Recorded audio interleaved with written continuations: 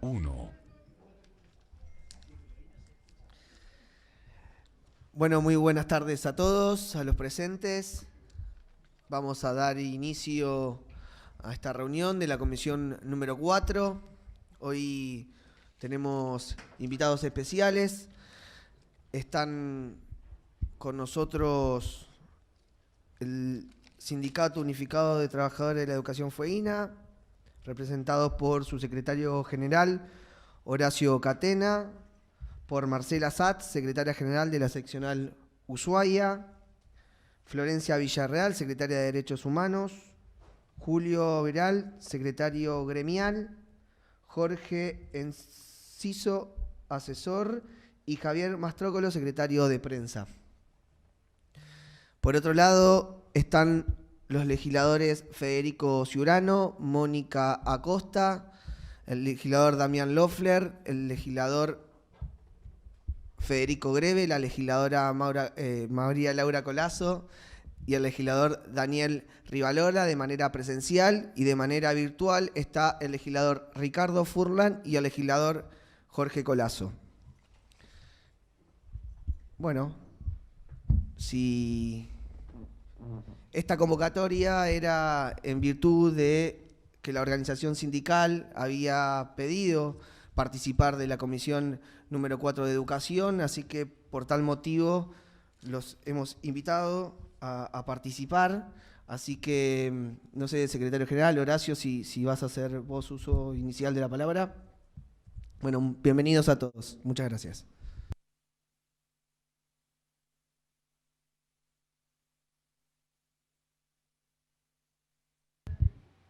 Hola, buenas tardes a todas, a todos. Gracias. Buenas tardes a todas, repito el saludo.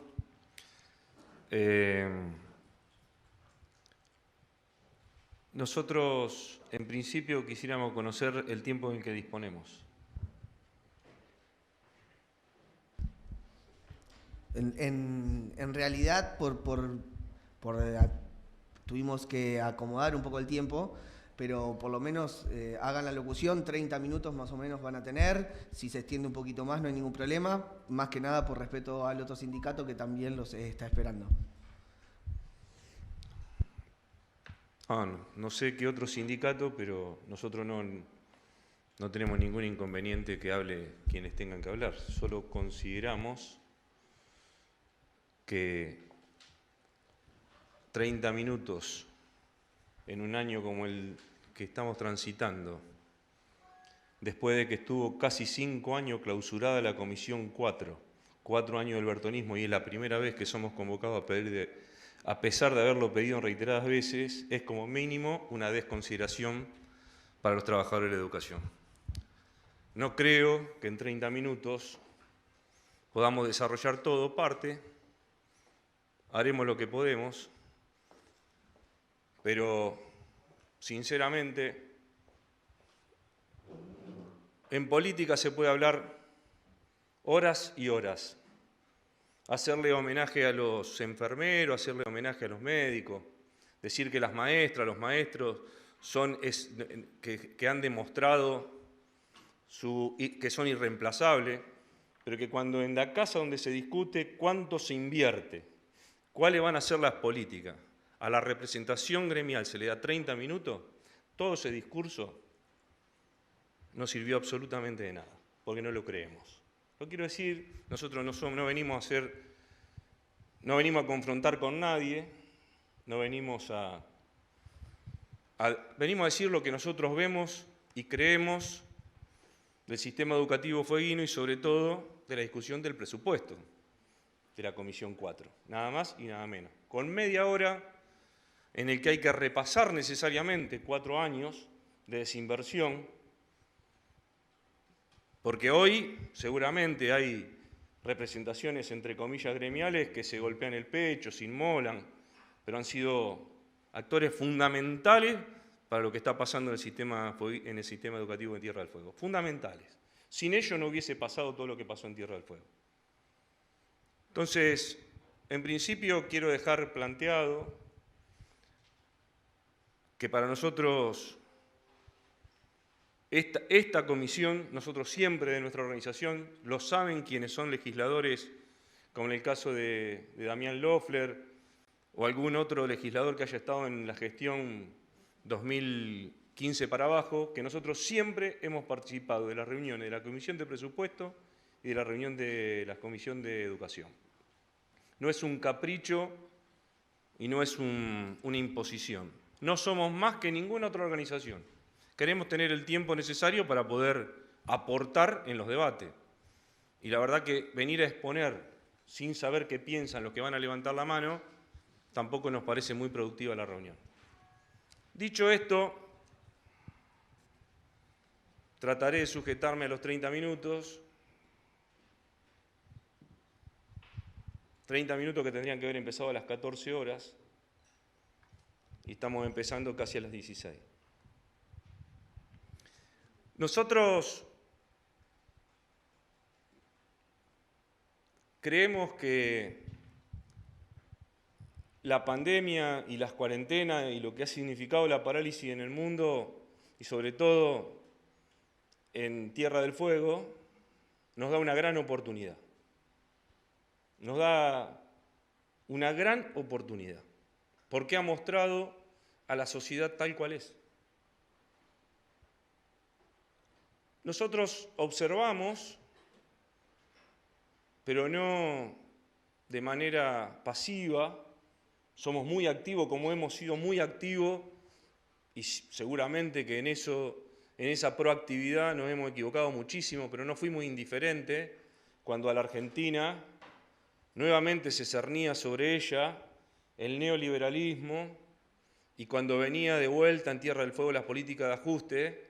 No hemos sido actores pasivos, hemos estado en la calle con nuestro acierto y con nuestros errores. Hemos trabajado muchísimo para que se abran nuevamente los espacios democráticos en el cual la sociedad debe discutir el futuro. Uno es este. De hecho, cuando en diciembre se nos preguntaba, cada bloque de la legislatura tuvo un informe detallado de nuestra organización para poder votar a conciencia y por lo menos con una opinión de los trabajadores de la educación de cómo estaba la situación de los edificios escolares. Que algún bloque me desmienta si no ha sido esta organización la que le ha dado lo que ha podido construir desinteresadamente a todos los bloques de la legislatura.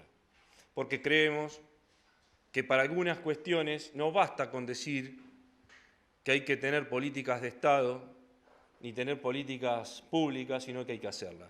Y eso se construye con consensos. Y los consensos son la base de poder construir una sociedad más igualitaria o más desigual. Y ahí está el punto. Nosotros creemos que el mundo va, como lo va mostrando, a tensionar las clases sociales y donde salimos más desiguales. Y algunos salen peores y yo estoy seguro que la mayoría salimos mejores. ¿Por qué digo que nosotros creemos que salimos mejores de la cuarentena? Porque los peores pagos son los que se hicieron cargo de la salud pública en la Argentina. ¿Y a dónde lo vamos a discutir si no lo discutimos en espacios como estos? El sistema de salud, que había sido destruido, que le habían sacado hasta la categoría de ministerio, es el que se hizo cargo de la salud pública de todos los argentinos y las argentinas. Y son los peores pagos, los más precarios. ¿Qué tiene que ver eso con educación? Todo. Lo tiene que ver todo con educación. 11 o 14 científicos del Malbrán son los que empezaron con los hisopados en la Argentina. 11 o 14 para 45 millones de habitantes. Pero eso no llegó ahí gratis, así. Hay quienes estuvimos de un lado peleando. Yo estuve junto con los investigadores del CONICET como miembro de la Central Autónoma y como miembro del sindicato defendiendo a los investigadores del CONICET. Y hay quienes trabajaron para que desaparezcan. ¿Y qué tiene que ver con educación? Porque en educación se define hacia dónde va el país, o más igualitario o más desigual. Y nuestras maestras, nuestros profesores, están dentro de los que, y profesoras, están dentro de los que salen muchos mejores que los que entraron. ¿Saben por qué? Porque el 13 de marzo, esta organización, porque a otras parece que se le había trabado el WhatsApp, se le había trabado la tinta, se le había terminado, le había quedado seca de 4 años de no mandar un comunicado, 4 años de haber estado borrado, no se enteraron, pero esta organización fue la que pidió la suspensión preventiva y el reacomodamiento del calendario escolar, porque se veía venir algo parecido, decíamos en ese momento, lo que había significado la gripe A. El lunes siguiente se da por empezada la cuarentena en Tierra del Fuego y una semana después empieza la cuarentena a nivel nacional. Es decir, nosotros pensamos en los pibes, pensamos en nuestras compañeras, en nuestros compañeros, pensamos en los auxiliares, vayan al registro y van a ver el comunicado de nuestra organización, del cual fue consultada la ministra de Educación en una conferencia un sábado a la mañana. ¿Por qué? Porque nos ocupamos de la educación de todas y todas. Y nuestras maestras, ese día 16 de marzo, nuestras seños, nuestras profesoras, es a quienes le dijeron que se tenían que hacer cargo del vínculo pedagógico, que tenían que inventar alguna forma para llegar a los pibes, a las pibas de nuestra sociedad, y sobre todo a los que menos tienen. ¿Y quiénes son los que se hicieron cargo de llegar a los más postergados? Las maestras, maestros, profesores y profesoras de la escuela pública. También trabajan en el ámbito privado. Nosotros, quiero decirlo, no a modo de chicana, pero sí a modo de dejar sentado algunas cuestiones. Nosotros tenemos representación histórica en el ámbito público y en el ámbito privado. De hecho, tenemos delegados. Y por si queda alguna duda acerca de la legitimidad, porque usted, señor presidente, puso en cuestión la legalidad de la 424 y la representación de nuestra organización, le tenemos para darle un escrito acerca del fallo de la Corte Suprema y todo lo demás, que da por tierra todos sus intentos, el de la legisladora Freite y todo lo demás, por poner lo que en otro momento fueron escenografía del ajuste a intervenir en la paritaria docente. Pero a eso me voy a referir más adelante. Lo que tengo para decir es que nuestras maestras, nuestros profesores y profesoras, pusieron su celular, sus equipos, su conectividad, sus datos, y no solo para ellas, sino también para los alumnos, porque entiendo que ustedes deben conocer a más de una maestra que le tuvo que pasar datos a los alumnos para que puedan conectarse con su celular. Esa maestra, ese maestro que había firmado un aumento de salario después de 4 años de congelamiento, 4 años de congelamiento y de destrucción de la carrera docente, puso todo. No se guardó nada. Y el Estado no estuvo. Y las plataformas educativas, ¿saben quién lo inventaban? Los referentes de informática de cada uno de los establecimientos. ¿Saben qué era eso, señor presidente? Después se lo vamos a mostrar. Uno de los peores cargos escalafonados del ámbito educativo, que logramos rescalafonarlo hace 2 meses. Esos pibes, esas pibas que son referentes de informática, los compañeros y compañeras de las escuelas inventaron un sistema educativo virtual que le dieron a Tierra del Fuego la posibilidad de que todas las pibas y pibes estén conectados. ¿Qué puso el Estado ahí? Porque esa es la primera reflexión que tenemos que hacer, porque ahora ya empiezan los opinólogos, los expertos. ¿Dónde estaban los expertos pedagogos que siempre nos traen la receta de cómo ir hacia adelante en esos momentos? Y así fue todo el primer semestre. Todo el primer semestre. Y le voy a decir más. ¿Saben por qué salimos mejores? No por la dirigencia gremial ni política. Porque a la escuela pública siempre la han sostenido las maestras y los maestros de este país. Siempre. Porque ponen la lavandina cuando en la presencialidad. Llevan el papel higiénico. Ponen lo que no pone el Estado, lo ha puesto siempre. ¿Y saben por qué lo ha puesto siempre? Precisamente qué es lo que venimos a discutir, porque estamos muy preocupados. Porque siempre se ha discutido el presupuesto de la misma manera. Y entonces, si se va a discutir el presupuesto para la post-pandemia, para la post-cuarentena, de la misma manera que no viene dando resultados cuando estábamos en otra normalidad? ¿Por qué se piensan que vamos a tener resultados distintos? Si es lo mismo, los mismos ítems, varían un poco los niveles de inversión, pero es exactamente lo mismo. Por lo tanto, no hay posibilidad, no hay chance. Lo ha dicho un científico muy reconocido, que si a problemas iguales le damos resoluciones siempre iguales, los resultados van a ser siempre los mismos. Por lo tanto, y ahí no es que acá hay distraídos, no es que las clases sociales en nuestro país, acá, cosa que me gustaría desarrollar, no es que, que acá, como quieren decir, somos todos iguales. Ahora se ha instalado el tema de que la sociedad no sé qué, que no se respeta el distanciamiento y que tratan de meter en el lodo a todo el mundo, y no todo el mundo está en el lodo. Yo no voy a hablar por el resto de los trabajadores y trabajadoras que me llenan de orgullo, como parte de los trabajadores y trabajadoras, porque no tengo esa representación. ¿Qué puedo decir yo de los trabajadores y trabajadoras de salud de Tierra del Fuego? Más que gracias. Y en nombre de toda la docencia, más que gracias, ¿qué podemos decir? Estar a disposición. Ahora, sí puedo hablar de las docentes y de todos los que trabajan en educación al detalle, porque son las que se preocuparon de que les lleguen los módulos alimentarios cuando no llegaban. Son los trabajadores sociales de nuestra escuela. Y esos trabajadores sociales de nuestra escuela, si trabajaran en otro ministerio, ganarían 3 veces más. Eso pudimos rescalafonar ahora un poquito.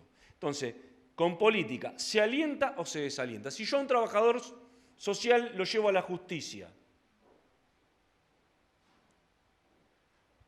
y le pago un sueldo 4 veces superior al que le pago en educación, ¿a dónde lo estoy orientando a que vaya a buscar trabajo? Lo estoy orientando a buscar donde mejor le pagan. Obvio, para algo estudió. Sin embargo, nuestros trabajadores sociales, nuestros maestros, nuestras maestras se quedan en la escuela pública. No se van a otro lado. Digo, porque si no esta es una comisión para discutir ideas, para discutir hacia dónde vamos, para debatir qué es lo que queremos del sistema educativo. Y nosotros creemos, se lo hemos dicho a la ministra, y vamos a tratar de que así sea, que nada que se ponga en marcha no tenga la opinión de la docencia de base. Porque ¿quién tiene el diagnóstico de cómo está, no sé, Río Grande, el tercer grado de la escuela 4? La maestra, el maestro, el directivo que se ocupó del tercer grado de la escuela 4, no otro. Ese es el punto de partida, no otro. Y entonces ahora vienen las grandes recetas, los grandes lineamientos de un ministro de Educación Nacional que, lo voy a decir con total responsabilidad, nosotros hemos militado, yo no voy a hacer cargo a la organización, pero hay quienes hemos hecho mucho esfuerzo para que se termine Macri y que gane Alberto. Hay quienes hemos puesto mucho y tenemos esperanza, pero la verdad que cuando se fue Puigros, la viceministra, y por los motivos que se fue Puigros, a todos se nos encendieron las luces de alarma. Porque es un ministro, desde nuestro punto de vista, el más neoliberal que tiene Alberto, sin lugar a dudas. Vale recordar que ha sido empleado de la administración anterior, asesor de la exgobernadora, ¿no? Digo, para que tengamos una idea, a ese ministro de Educación, nosotros, ahora ya voy a adentrarme en alguno de los puntos, le hemos hecho un pedido que nos atienda. Si yo le pregunto a alguno de ustedes, ¿qué es lo primero que se vio en la virtualidad? No sé, presidente, usted dígame, ¿qué es lo primero? No sé si sus hijos están en edad escolar o no, pero seguramente tiene amigos, hermanos. ¿Qué es lo primero que se vio el 16 de marzo cuando se interrumpieron las clases y tuviste que ir a la virtualidad? ¿Qué es lo que se vio?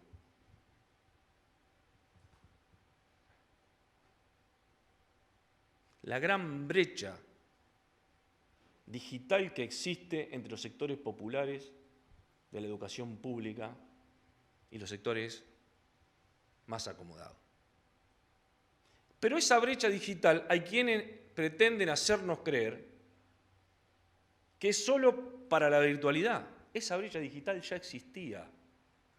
Existe y si no lo resolvemos va a continuar. Y esa es la primer gran desigualdad que hay que discutir en esta legislatura, en este presupuesto. Mientras otros estaban en la cuarentena sindical, esta organización, repito, mientras otros y otras, estaban en la cuarentena sindical, todavía tenían los efectos colaterales del neoliberalismo y de la pérdida de las elecciones, porque habían perdido la elección hacía poco, pobre gente, hacía 4 meses que había dejado el gobierno, tenía que acomodarse a la nueva situación. Esta organización se reunió con usted, con su bloque, con la ministra, con el gobernador, con la ministra de Industria, pero también pedimos reuniones con hablamos con el intendente de Río Grande, con el intendente de Tolwyn, con el intendente de Ushuaia, con el senador Rodríguez, con la diputada Caparrós. ¿Sabe para qué? Para que se implemente de manera urgente el Plan Conectar Igualdad Fueguino. Y hicimos una campaña nacional para eso. Esta comisión estuvo clausurada. No nos convocaron a discutir eso. Y eso ha sido una buena oportunidad. Porque era momento de tomar decisiones. ¿Qué ponemos en igualdad? Después hicimos una campaña nacional, nuestra central, la Central Autónoma, le hizo llegar el pedido al ministro Culfas, pero esa es la gran brecha que hay. Pero es solo para los alumnos y alumnas, no, para nuestras maestras y maestros, que con 4 años de congelamiento no pudieron actualizar sus equipos. Entonces teníamos hogares de docentes que teníamos una computadora para un matrimonio docente y 3 hijos. Ni hablar aquellas compañeras y compañeros que tienen sus hijos en la escuela pública y tenían un teléfono para todo el núcleo familiar. Y eso se tendría que haber discutido acá. Se discutieron otras cosas importantes y que nosotros dimos nuestra opinión públicamente sobre esos temas. Estamos a tiempo. Traemos una propuesta para eso. Pero en el presupuesto provincial no se refleja. En el presupuesto de educación no se refleja. Yo seguí atentamente la discusión del presupuesto por internet. Las partes que me perdí después las vi. No preguntó la oposición sobre eso. No preguntaron. Hay que discutirlo. Para eso, ¿qué decimos? El gobierno, debo reconocer, en parte, reacciona en agosto con el material didáctico extraordinario para pagar la conectividad de maestros y maestras. Hecho el reconocimiento, debo pasar a decir la verdad. Eso es para pagar conectividad en el ítem salarial, sí, pero con un salario de 30.000 pesos, señor presidente, de una maestra, más 2.000 de material didáctico. ¿Usted qué piensa que compra la maestra con esos 2.000 pesos? ¿Paga fideo, paga arroz, paga alimento o paga conectividad con 30.000 pesos, 32.000 pesos? Entonces, el reconocimiento está bien, pero el salario es muy bajo. Nosotros dimos toda una pelea, vino la puesta en marcha del acuerdo salarial, seguíamos sin reunión en la Comisión 4.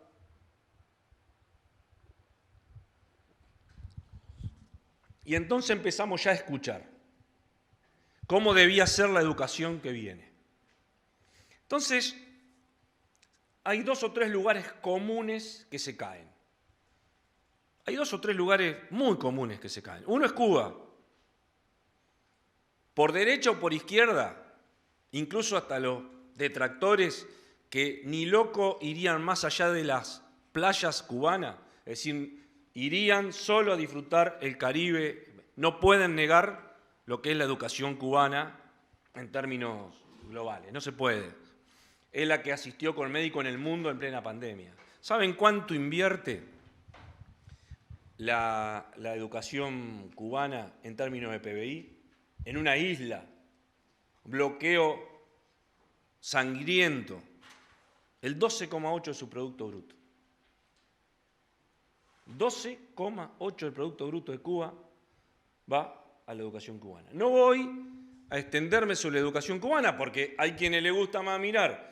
Si vos tenés que mirar Bolivia, tenés que mirar... Hay muchos que les gusta mirar Europa. ¿Por qué? En esto que somos, entre comillas, para algunos, no se reconocen rasgos originarios, entonces gusta mirar Europa. Cuando miran a Europa, ¿qué miramos? Finlandia. Bueno, analicemos Finlandia. Tenemos los datos que usted quiera de Finlandia. Entre esos, uno muy importante, que también traemos como planteo. En los 90, cuando el mundo implementaba la receta del Banco Mundial, implementaban la receta neoliberales en todo el mundo, Finlandia hizo exactamente lo contrario. Exactamente lo contrario. Redujo su cantidad de horas en la escuela, lo que no significa que el docente tiene que estar menos, porque seguramente algún mal pensado debe pensar, ¿qué quieren, trabajar menos? No. Menos jornada de los alumnos en la escuela. El tipo de evaluación que está en cuestión en el mundo no es el de las pruebas PISA que nos quiso meter Finocchiaro, que ya vienen de mucho tiempo antes, pero con mucho énfasis lo hizo Bullrich, Finocchiaro, ¿no? Y tienen mucho trabajo familiar para eso. Pero hay datos que ustedes lo tienen que tener en cuenta. ¿Por qué lo traigo a la Comisión 4? Primero, la inversión pensada para educación es transversal. Es la principal política pública de Finlandia.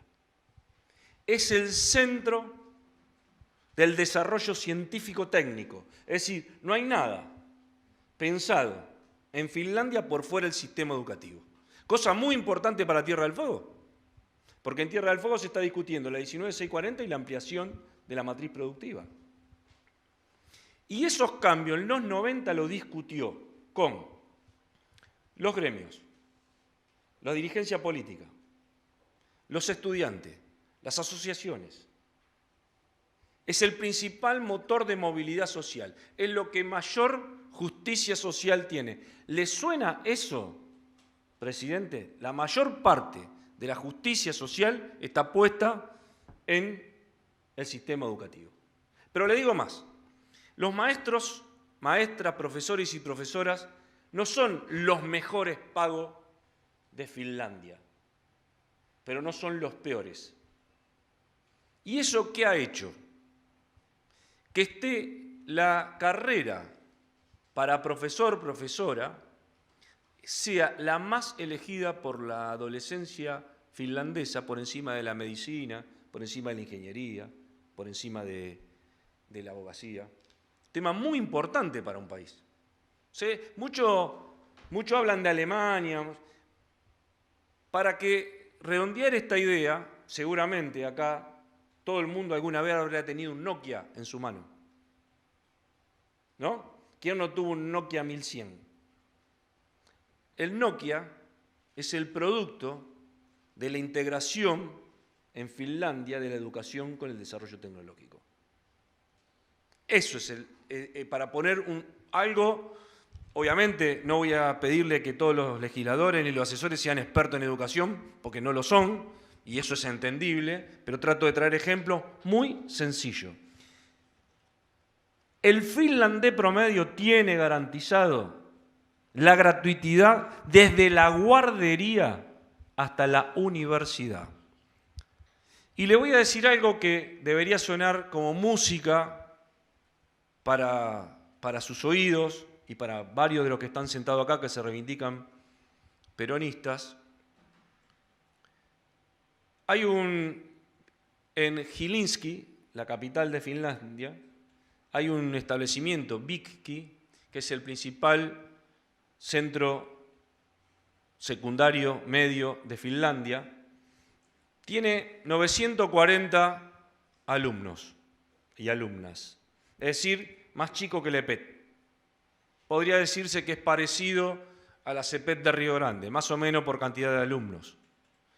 Ahí, en ese establecimiento, se puede ver a hijos de obreros con hijos de empresarios, en igualdad. ¿Por qué? ¿Porque la educación privada no existe? Sí existe, pero es privada. Como pretendemos nosotros, yo no estoy en contra de la educación privada. Nosotros no estamos en contra de la educación privada. Y esa va a ser una de las decisiones que se va a imponer en la agenda. Si es privada, es privada.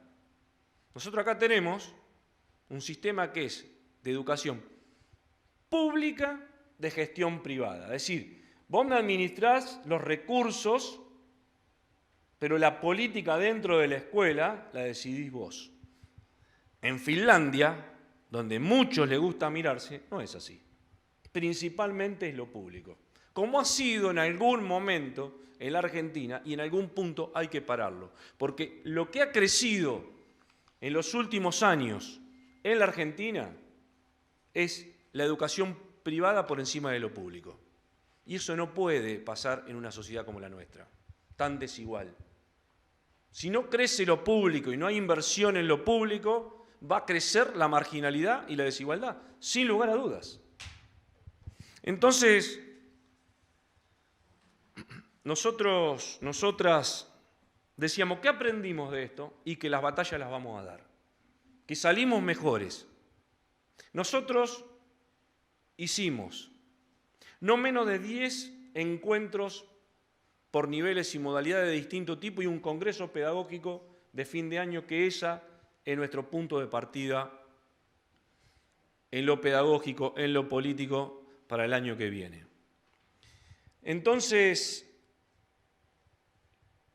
ustedes están analizando números, claramente, de acuerdo a lo que uno ha aprendido en todos estos años, la ley de leyes y la ley de presupuesto. Estoy reabriendo la máquina, perdón.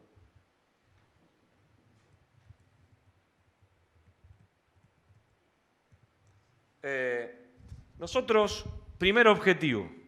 Después vamos a terminar en lo salarial si tengo tiempo. Yo me voy a guiar por todas las placas del Ministerio de Educación. Y le pido a todos los presentes, incluso los que están,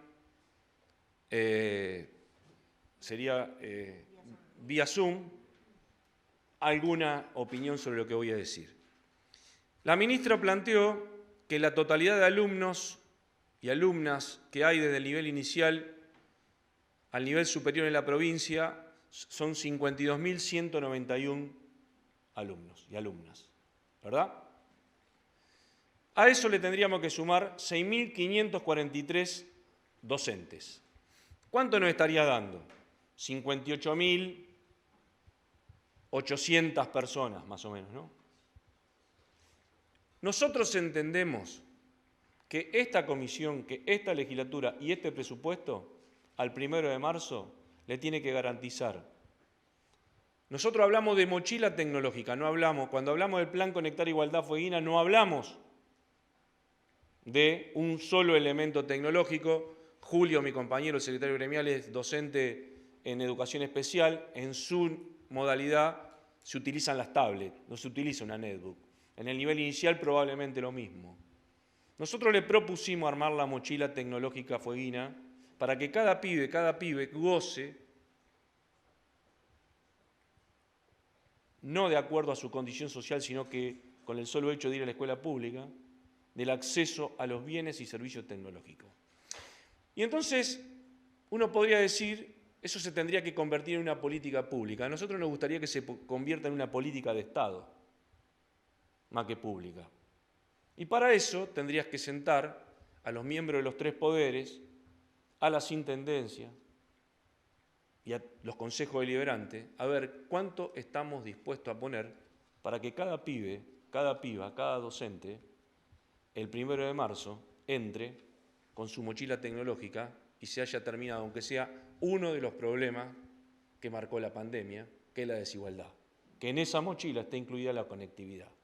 Si no es así, la conectividad va a seguir y la educación, no digamos más que es pública y gratuita. En todo caso va a ser pública. Y quien tenga para pagar va a ser el que en mejores condiciones esté de aprender. Esto es lo que hicimos discutir en mayo de este año. No hemos podido, no han accedido por distintos motivos, no me interesa armar una polémica de eso, pero yo me pregunto, en una provincia como la nuestra, ¿es posible resolver el problema de la brecha tecnológica en 3 meses? La respuesta que nosotros encontramos, hablando con nuestras compañeras, nuestros compañeros, es que sí, es posible. Porque tal vez a otra provincia que tiene millones se le pueda complicar un poco más. Yo he visto que se construyeron hospitales de excelencia que nos salvan la vida en días, en semanas. Es decir, porque hubo voluntad política de un gobierno de poner todo al servicio del pueblo y armó los hospitales que otros no inauguraron, que otros cerraron y que otros destruyeron. Bien, en este caso estamos hablando de, redondeemos, 60.000 elementos tecnológicos con su conectividad. En el presupuesto, como es un presupuesto estándar, no está. Lo otro es el tema de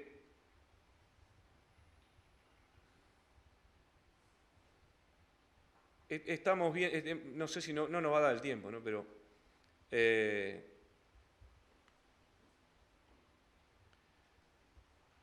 bueno.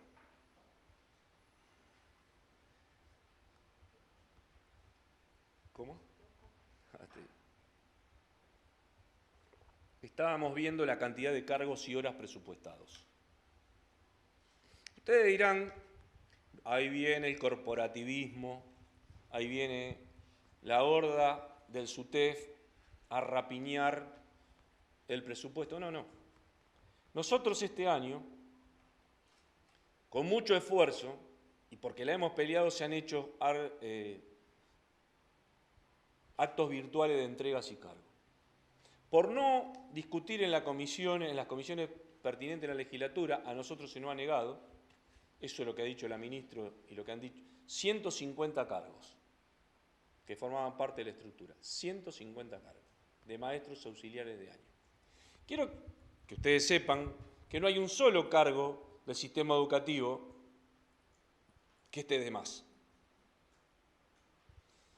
Pero yo he visto, y no quiero, estoy buscando esa placa, Marce, porque lo recuerdo el número, pero no quiero pifiarlo. Hablaban de 740.000 horas, si no me equivoco, y 8.000 y pico de cargos, me parece. ¿Vos te acordás, Javier? ¿Tenés por ahí?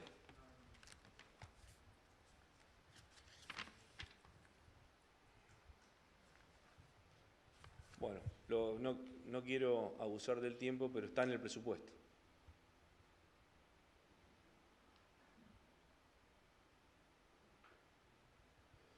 Bueno, ya lo encontraremos. El número, nosotros no estamos de acuerdo. ¿De dónde se sale el número ese? ¿Por qué 740.000? Yo le pregunto. Damián tiene larga experiencia en discusión en las comisiones de presupuesto. Siempre se ha variado más o menos, pero siempre rondamos en la misma cantidad de horas cátedra.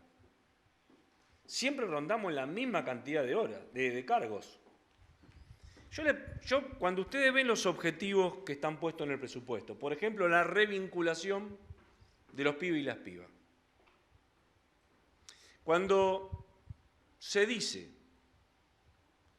van a pasar todos y todas los alumnos, pero va a haber articulaciones y va a haber un calendario trianual para algunos pibes y pibas que son los de segundo grado en adelante, no para los que tienen terminalidad. ¿Con qué se piensan que se hace esa articulación? ¿Con la misma cantidad de cargos que tenías? O sea, ¿con la misma escuela? Imposible. Digo, para poder discutir el número es necesario contextualizarlo. Y ahí mueren los expertos, porque los expertos están en las escuelas. Cuando un chiquito de sala de 4 va directo a primer grado, porque sala de 5 lo hizo de manera virtual, si lo pudo hacer, si tuvo conectividad, si la familia lo pudo acompañar, etcétera, etcétera, etcétera. ¿Con qué piensan ustedes que ese recurso humano es igual que el anterior? ¿Dónde está calculado? El pibito, la pibita, el niñito, la niñita, que entró en primer grado y que era el momento de empezar la alfabetización y todo lo demás, y está en segundo. Está en segundo. Pasó. El chico que de sexto pasó a primer año. El pibe que egresa, ¿no lo vamos a acompañar? El pibe de sexto año o séptimo año de la escuela pública que elige ir a un terciario, por ejemplo, que quiere ir a la UNTDF, ¿no lo vamos a acompañar? Arreglate. Muy bien, te felicito, tenés el diploma, arreglate, y si tenés una familia que pueda pagar el docente, la docente que te pueda acompañar para que no fracases y abandones a la primera de cambio, ahí hay que armar un dispositivo para todos esos pibes y pibas. ¿Y con qué se arman esos dispositivos? Con docentes, con maestras, maestros, profesores y profesoras. Si uno analiza los presupuestos, claramente no están reflejados. Claramente no están reflejados. Y está bien que no, a mí no me preocupa que no estén reflejados, porque entiendo que ese número va a salir en marzo. Es imposible aprobar un presupuesto con una cantidad de cargos X. ¿Saben por qué? Me decía mi compañera secretaria adjunta, que además trabaja como secretaria en un jardín, que solo en Ushuaia, para inicial y primaria, además de lo habitual del crecimiento vegetativo, ya hay 500 pibes más, 500 pibes y pibas más. La migración lógica que va a haber de la educación privada a la educación pública. ¿Con qué lo vamos a atender? En términos de infraestructura, me gustaría que me lo expliquen, en el presupuesto, cómo lo vamos a atender, o lo que se va a hacer es la salida más fácil. Subsidiamos más a la escuela privada, ponemos guita ahí, que se hagan cargo y le bajamos la cuota o lo subsidiamos y becamos porque no tenemos banco, no tenemos plaza. Eso es una decisión política, la tenemos a meses de tomarla. Eso, ¿nosotros lo estamos inventando o a ustedes les llegan pedidos a todos los bloques, a todas las fuerzas políticas de gente que tiene que guardar la matrícula ahora, que le ponen un buen billete y dice la verdad, fíjate, no sé, Fede, si me puede conseguir una vacante en la escuela 8 porque lo tengo que sacar del GIF. Al pibe no puedo, no me dan los números. No sé, Villega, mire, por favor, si me puede, porque así funcionamos acá. No le estoy diciendo nada que ustedes no conozcan. O incluso Emanuel, che, Emanuel, mirá, lo tengo que... ¿Habrá alguna vacante en la 1? Porque no puedo pagar más el Colegio del Sur. ¿Eso es un invento, es una exageración de la organización sindical? Bueno, eso no está reflejado en el presupuesto. Entonces, nosotros consideramos que es una tremenda irresponsabilidad si eso queda sesgado y no queda sujeto a un plan de inversión en educación. Tiene que haber un plan de cómo ponerse en marcha la pospandemia. Uno, que no sale del asombro, escucha hablar de sistemas. ¿Cuánto, Fede? 5.250 docentes, 780.000 horas. No, pero faltan los cargos. Gracias, Fede.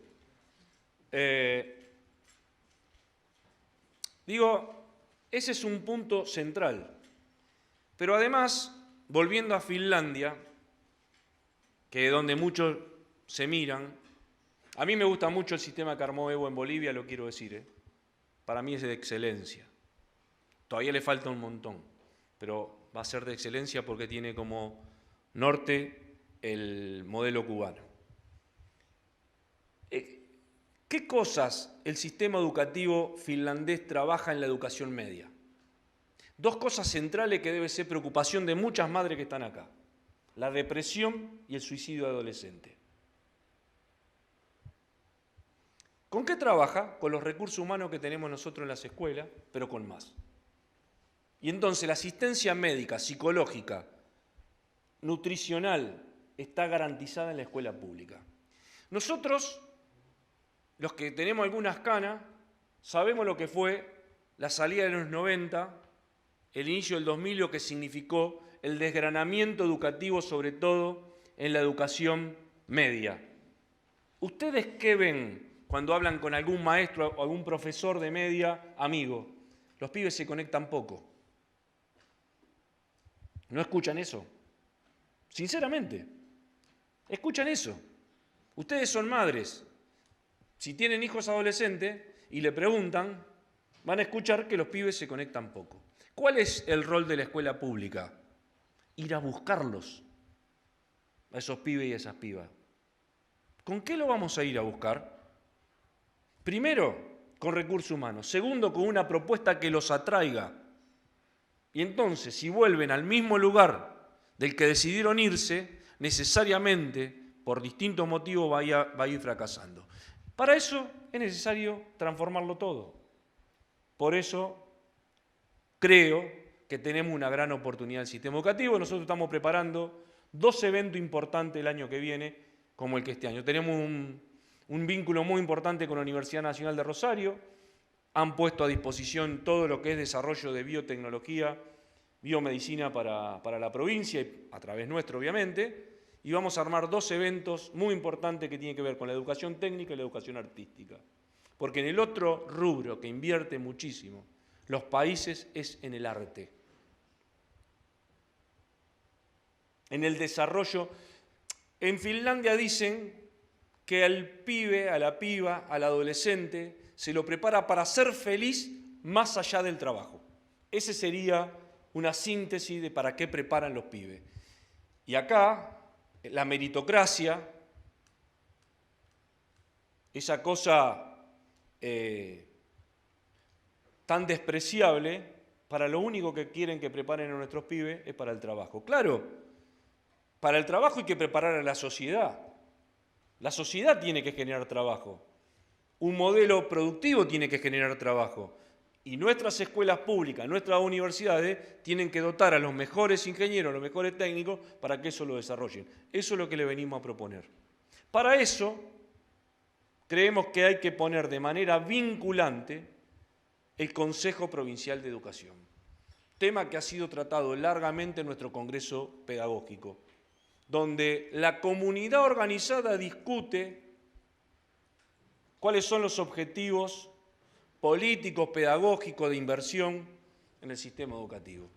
Ya lo hemos planteado, algunos que nos han escuchado, seguramente los empleados de la legislatura dirán, otra vez, ¿y ahora con qué van a seguir con...? Sí, y bueno, así hasta triunfar.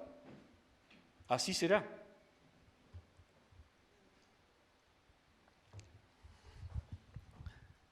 Y caemos ahora en un lugar en el cual no podemos dejar de hablar.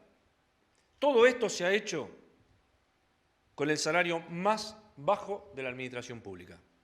Todo lo que yo cuento que se ha hecho y que ustedes lo pueden comprobar, se ha hecho con el salario más bajo de la administración pública. Nuestra maestra, nuestro maestro, somos los peores pagos de la administración pública. Venimos de 4 años de congelamiento. Este año arrancamos con 19.000 pesos el salario inicial.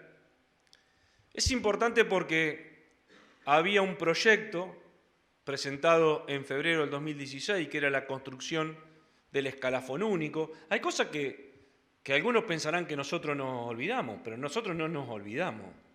Y es necesario recordarlo, no para disimular los errores que puede tener esta gestión y que de hecho se lo señalamos. Nosotros lo vamos a recordar porque no queremos volver a lo peor de la provincia y a lo peor de la Argentina.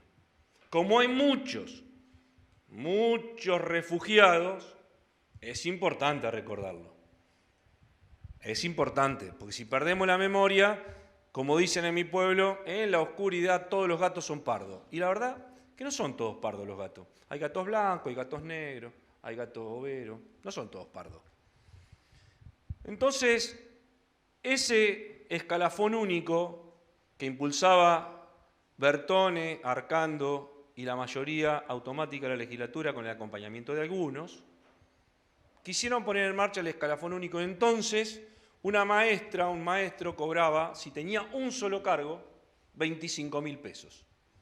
Pero si tenía dos, bajaba a 18.500. Entonces tuvimos que recomponer la escala, que fue la vuelta a la legalidad. Esto es necesario explicarlo, porque si no van a decir, ¿cómo es? Si no lo explicas, no se entiende. Y después vino el acuerdo salarial que llevó a todo el escalafón, una vez recompuesto, a 30.000 pesos. Y después fue 30.000 y ahora es 34.000. Los 2.000 pesos de material didáctico extraordinario que nosotros consideramos que desde el punto de vista de una política de Estado está bien porque se hace cargo de la conectividad, en los hechos prácticos termina pagando el fideo, el arroz, porque no puede comer carne un docente. Nosotros hemos visto en este tiempo cosas que no hemos visto nunca en las familias de nuestro sector. Nosotros hemos asistido y asistimos y el Estado asiste con bolsones de mercadería a muchas y muchos de nuestros compañeros y compañeras. Nosotros no somos distintos al resto de la sociedad. Nos tocan la generalidad de la ley. Pero ¿saben por qué le toca eso? Por la inestabilidad que tiene el sector. Y entonces nos toca hablar de titularizaciones. Mucho de lo que fueron escenografía durante los 4 años del bertonismo y anunciaban titularidades que nunca llegaron. Y hace de principio de año que estamos pidiendo la titularidad de todos los dictámenes, porque eso es lo que ha generado que a muchos compañeros y compañeras se le caigan los cargos, se le caigan las horas, porque estaban precarios. Cuando hablamos de reescalafonamiento o que incorporamos al escalafón a todo lo que el cargo, significa tener un poquito de estabilidad como la tiene el resto de la administración pública. 30 a 32.000 pesos. Obviamente que si me comparo con un compañero de los PEL, estamos re bien, pero 30, 32 con el material didáctico, 34 ahora con el material didáctico 38. Desde el punto de vista de la negociación salarial y todo lo demás, para su tranquilidad, porque usted estaba preocupado por el tema de si somos el representativo, si funciona o no funciona, quédese tranquilo, hubo más de 125 asambleas en el establecimiento. Incluso dirigentes de los otros gremios votaron en nuestra asamblea. En nuestra asamblea votan todos y todas. Los que son afiliados, los que no son afiliados y los que son afiliados a otros gremios. Incluso dirigentes, me tocó compartir una asamblea en la Escuela 14, turno mañana, con una dirigente de otra organización gremial. Votó. No hay problema. La democracia está garantizada. ¿Por qué se aprueba? Y se aprueba porque estamos a 15 días de terminar las clases. Entonces yo miraba, vuelvo a los números, y le voy a pedir a Javier que si puede poner el escalafón docente. Porque si no se habla tantos cargos, tantas horas, y entonces, ¿de qué hablamos? En una discusión nos decían que el problema es que nuestro escalafón es muy complicado. Espera, Horacio, que no se ve en la pantalla. El escalafón. Yo voy hablando mientras... Ahí está. Yo no veo. Bueno, pon el escalafón de inicial. Ahí está, mirá. Acá, Javi, mirá.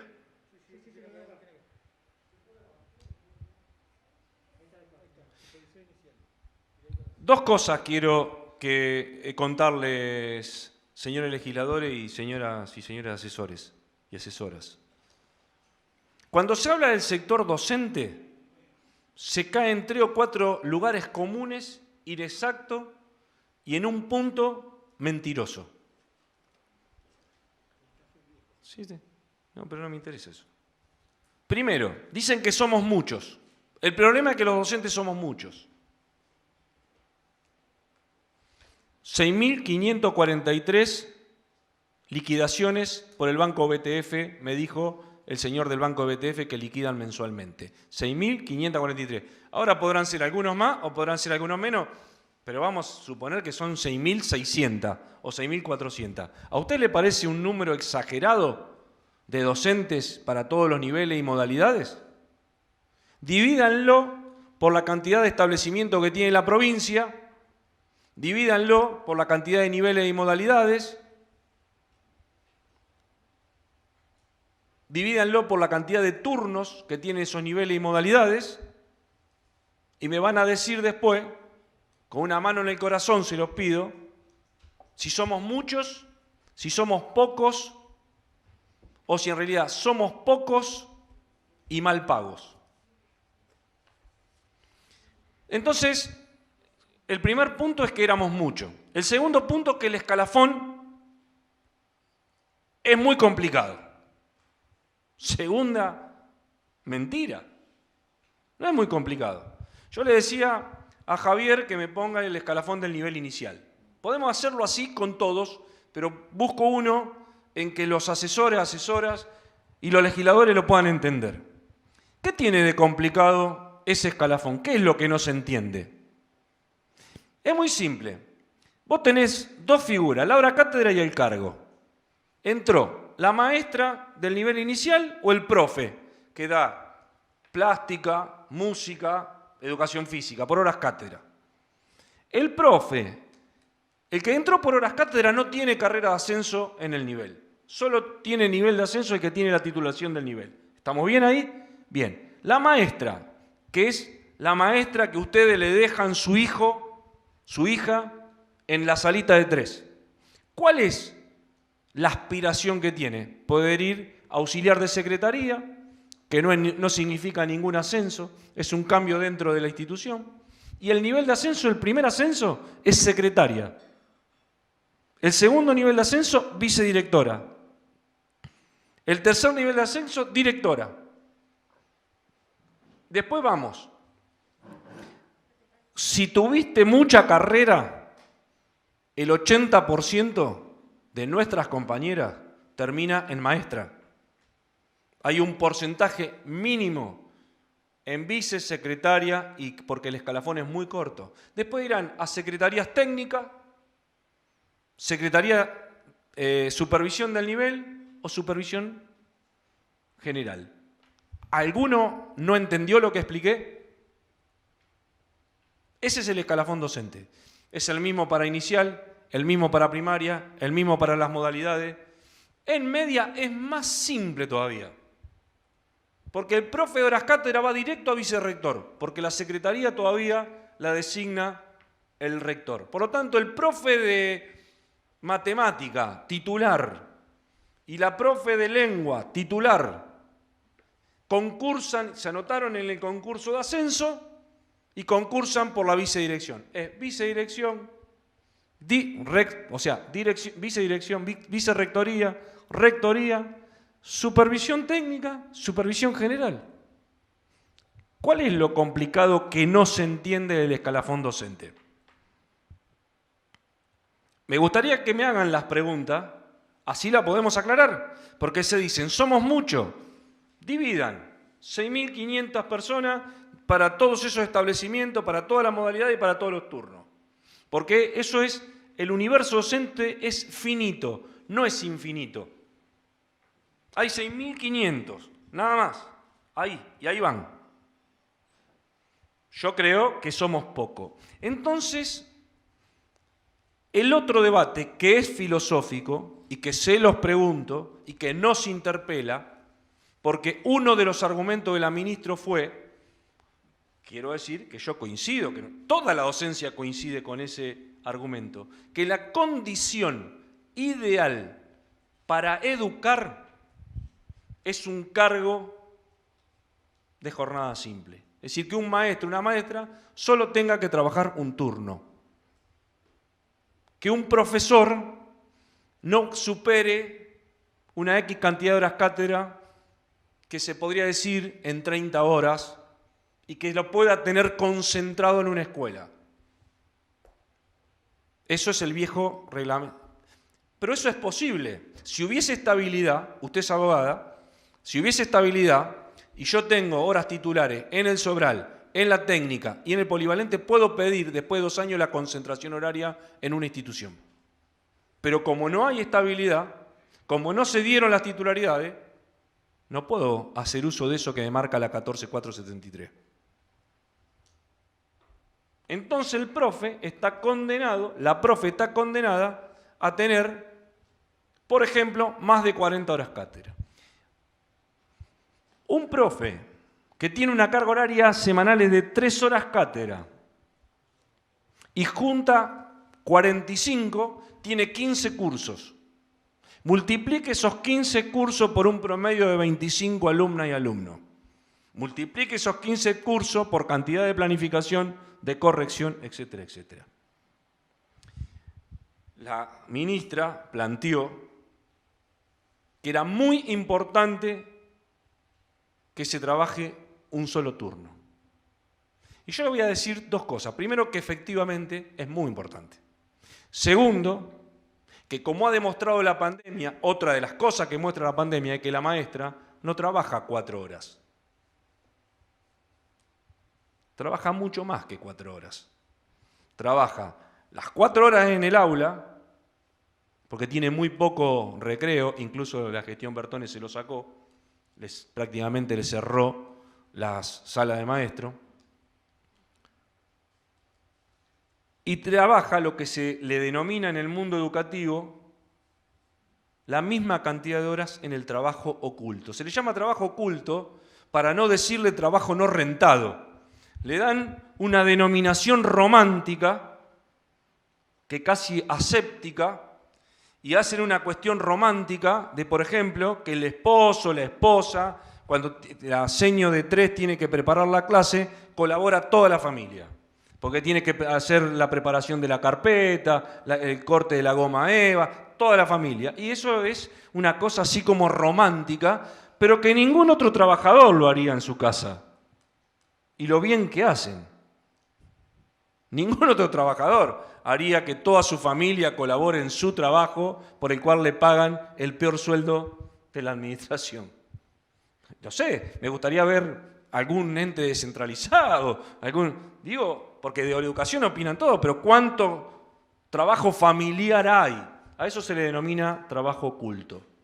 Entonces, uno de los temas que planteó la pandemia es que la docencia trabajaba más de 12 horas en la conectividad. Porque al preparar la clase se le agregó la complejidad del trabajo de preparar la virtualidad y preparar la virtualidad en la singularidad.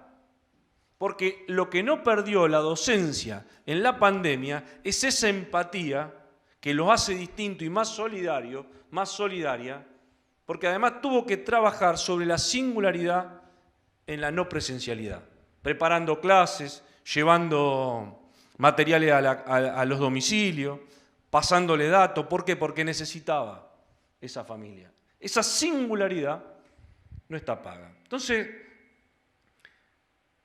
la docencia, para poder llegar a fin de mes, está obligada a trabajar en la doble función o en una carga horaria extenuante. Entonces, vale la reflexión en esta comisión que expresa las distintas fuerzas políticas que gobiernan la provincia. ¿Por qué? ¿Por qué estamos obligados a trabajar más? Entonces, no es que somos más que otros escalafones. Trabajamos más que en otros escalafones, porque en otros escalafones trabajan su carga horaria más la guardia. Si le dieron guardia, si lograron que le den guardia, le dan la guardia. La pregunta tiene una respuesta muy sencilla, porque si el docente tuviese un lugar social reconocido a partir de su remuneración, elegiría la mejor condición para educar. ¿Y cuál sería la mejor condición para educar? Trabajar en un cargo. Poder tener tiempo para formar y pensar y desarrollarse. Pero si hace eso, no come, como pasó este año. Entonces hay una política, como hablé antes, de los trabajadores sociales que le ofrecen 4 sueldos en otros lugares y eligen en la educación pública. Hay una política, si somos muchos y cada uno de los docentes elegiría solo trabajar en un cargo y no más de 30 horas, ¿por qué no hacemos un debate y ponemos sobre la mesa cuántas escuelas quedan sin docentes?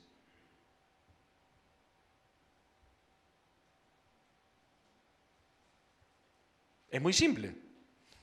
Pasa en otras provincias. En otras provincias, como el Chaco, vos no podés tener más de un cargo, pero no queda ni una escuela sin cubrir. ¿Por qué? Porque hay muchos docentes.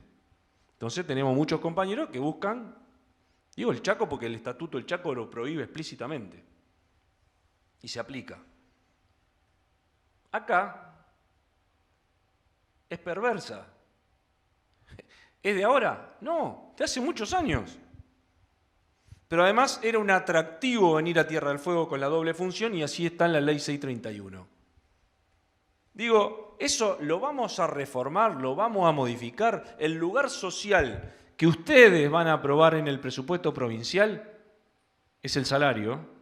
Y yo no vi que se discuta la actualización salarial de la docencia en el 2021. Es muy fácil decir, eso se discute en paritaria. Sí, esa es la mitad de la verdad. Pero si cuando yo voy a discutir no hay recursos, ¿con quién discuto? Digo, me parece que estamos frente a un desafío muy importante. Nosotros, yo voy a tratar de finalizar. Nosotros queremos estabilidad para nuestras compañeras y para nuestros compañeros. No queremos ningún docente de estos 6.543. Tengan en cuenta, miren, yo les voy a dar el último dato muy importante para ustedes. Hay 6.500 docentes. El ministro de Economía nos dijo que 3.500 tienen menos de 21 horas cátedra o un cargo. Por los datos que yo le estoy dando, ustedes podrán saber el nivel salarial de esos 3.500 compañeros y compañeras. Probablemente de esos 3.500 que tienen un cargo en el público, tengan el otro en privado. No es literal ni tampoco es mi intención engañar. No es que todos los docentes tienen la doble función en el público, sino los docentes de la escuela privada serían otro. No es la intención es blanquear. Tengan en cuenta que las escuelas de educación privada no están pagando muchas de las remuneraciones que deberían pagar y nuestros abogados se la pasan permanentemente intimando, haciendo presentaciones. El dato es el siguiente. Sí, ya va. Nosotros voy a terminar cosa y ponemos el video. Lo que nos dice el ministro de Economía en la última discusión, dice hay 3.500 que tienen un cargo o de 21 horas para abajo. Que es lo mismo, el cargo es equiparado a 21 horas. Por lo tanto, hay 3.000 que tienen doble función o tienen otras condiciones. De esos 3.500, claro que hay muchos y muchas que trabajan en el ámbito privado. Yo conozco muchísimos. No digo que solo tienen un cargo, pero te va dando una idea en la proporcionalidad. Entonces, lo tengo que decir ahora porque en febrero lo vamos a discutir. Después de un año como el que tuvimos, si no tomamos ninguna medida, de ninguna de todas estas que yo le planteé, ¿sobre quién va a estar la presión para garantizar el ciclo lectivo el año que viene? Yo quiero que me lo digan.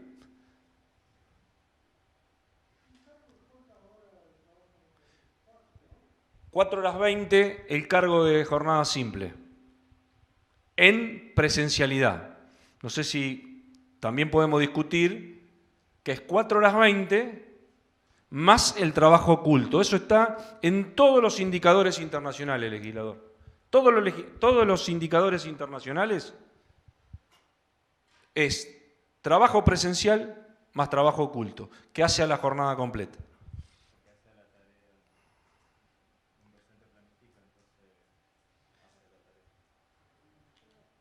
Yo voy a tratar de terminar, así si hay algunas preguntas. Nosotros tenemos claro que el año que viene la presión principal para que las clases se den con normalidad va a estar sobre la docencia. Si somos los únicos que hemos tenido el contacto diario con los padres, con los pibes. Y entonces cuando empieza el reclamo salarial en febrero, hay un solo responsable. Algunos de nosotros ya estamos acostumbrados. Que total, escriben, te putean, cualquier cosa, somos cualquier cosa. Pero eso no cambia la realidad, ¿eh? Que se la agarren conmigo, con algún compañero de nuestra organización, que se la agarren con la organización, no cambia la realidad. La realidad es esa. O vos lo sacás de la pobreza, que está en 49.000 pesos, 50.000 pesos, y nosotros estamos en 34, o después pueden escribir en varios idiomas mi apellido y todos los epítetos y calificativos que quieran, pero no va a cambiar la realidad. 34.000 de 34.000, con o sin calificativo para Catén y para el SUTEF. Quería decir dos cosas breves sobre el tema de la infraestructura y la conectividad. Yo le he escuchado, la verdad que el plan es ambicioso. Yo le pregunto, ¿quiénes son los expertos en la inclusión en Tierra del Fuego? Yo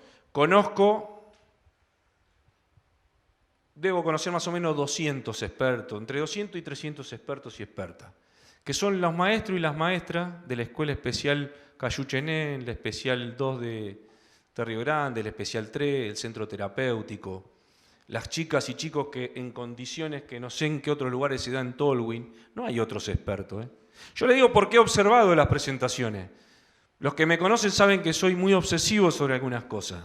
Y la verdad que está muy lejos de lo que los expertos, por lo menos mis referencias como expertos, porque son los que trabajan en la cotidianeidad, los que trabajan con la familia. Hemos visto en estos años vehículos que trasladan a chicos y chicas multiimpedidos, que era una verdadera vergüenza, pero total había que justificar el gasto. Entonces, ¿cuándo van a ser convocados los expertos para ver el tema de la accesibilidad, la inclusión en términos generales en los establecimientos? ¿O vamos a volver a los establecimientos con 25 pibes en el aula? En la descripción que hago y que le agradezco que no me hayan interrumpido y me hayan dado más tiempo que el que tenía. ¿Va a ser la misma? 25 pibes por aula, pero mostramos las aulas de Japón, de Finlandia, pero las nuestras son de hace 40 años atrás, que no entran más de 15 por aula, pero metemos 25. Lo dejo planteado. Si me permite una interrupción. Legislador, ni bien termine la locución el secretario general, va a haber una ronda de preguntas para cualquier legislador que quiera. Bien. Termino entonces. Si el legislador Golazo me deja, termino. No, es el efecto que...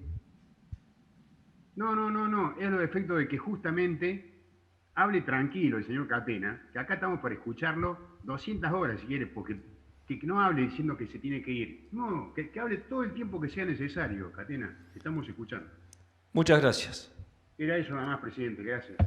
Bien. Decía, tema de accesibilidad e inversión en las escuelas, conectividad y acceso a la mochila tecnológica, estabilidad y salarios. Nosotros aspiramos a tener al sistema educativo como motor de discusión del cambio y ampliación de la matriz productiva. ¿Saben por qué? Y acá me voy a detener un ratito. Porque lo que ha demostrado la pandemia es que lo que se ha perdido y han recuperado nuestros científicos en una parte es la soberanía del conocimiento. Y en nuestra provincia, que nos tatuamos Malvinas, que defendemos la soberanía, que defendemos la Antártida, no es un tema menor la soberanía del conocimiento. No sé si ustedes conocerán que la conectividad en la Argentina, salvo el ARSAT, tenemos un solo cable de conexión en la Argentina. Yo ya lo he dicho en varias oportunidades. Nuestras maestras, nuestros trabajadores le han dado, ¿sí?, a las empresas que recogen los algoritmos que todo el tiempo estamos metiendo en nuestros dispositivos, todas las herramientas para que nos ofrezcan los productos educativos en el caso nuestro, y para el otro rubro, los otros. Para transformarlo en algo más simple lo que quiero decir. Ustedes verán que hablan, dicen o escriben algo en el Google y enseguida le aparece una propaganda. Esos son productos de los, digamos, de lo que se dice la Big Data. Nosotros hemos estado en cantidad de congresos, a mí me tocó participar uno en Francia, sobre el tema de la Revolución 4.0 y la disputa en el mundo que se venía. Bueno, para muchos de nosotros, la pandemia es producto de la guerra comercial entre China y Estados Unidos, principalmente con Rusia y todo lo demás, que adelantó el proceso que algunos le llamamos la implantación del capitalismo de plataforma. Es decir, muchos dicen que eso destruye el empleo. No, eso cambia el empleo. Lo destruye si vos en tu sistema educativo no preparás las bases para el cambio social. Ahí es donde perdés. Yo he estado en un congreso en el ESMATA donde el sindicato de peaje mostró cómo estudió que fueron reemplazando los lugares para las cabinas de telepeaje. Es decir, hay mucho verso, poca investigación, pero sobre todo poca inversión. Pero el tema de la soberanía del conocimiento en esta parte del mundo es estratégico. Y si no se invierte en educación, en estos puntos que nosotros estamos diciendo, con software nuestro, con producción de tecnología nuestra, la dependencia a la que estamos sometidos y sometidas, no solo que va a continuar, sino que se va a profundizar. No hay salida. Si nosotros vamos a una ampliación, uno habla y se entusiasma, o sea, cuando uno habla con gente se entusiasma cuando dice vamos a la sustitución de importaciones. Perfecto, a mi juego me llamaron, es lo que venimos peleando. Bien, ¿qué sustituimos? Si el problema es el desarrollo tecnológico desigual, si el problema es la implantación del capitalismo de plataforma, es imposible que la educación no tome esos problemas. Voy a poner un mínimo ejemplo del evento que vamos a hacer el año que viene con la UNR. La UNR, a diferencia de otras universidades, desarrolló el único respirador artificial que se produce en el país. Nosotros lo pusimos a disposición. Es 1/3 del costo y se hace con todos los productos que hay en góndola. Es decir, no necesitas traer nada de afuera.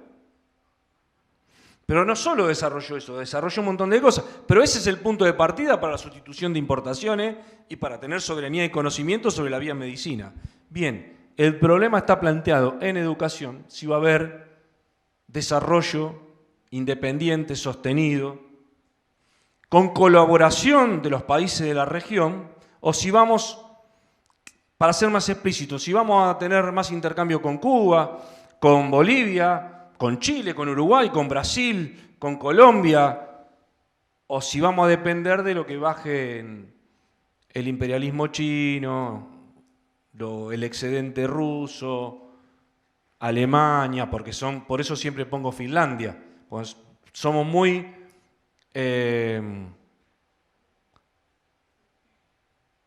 rápido para mirar para el otro lado del continente. Y acá hay soluciones en nuestro continente. Nosotros aspiramos a eso. Hay una carta que escribieron los compañeros y compañeras, que con eso queremos terminar, que es una carta dirigida al Ministerio de Educación Nacional y Provincial, que no van a ver a ningún dirigente que la lea, sino que la lean por los docentes de base, porque son con ellos con quien construimos lo que pensábamos en agosto de este año. Gracias por la escucha y estamos abiertos a responder preguntas o debatir temas.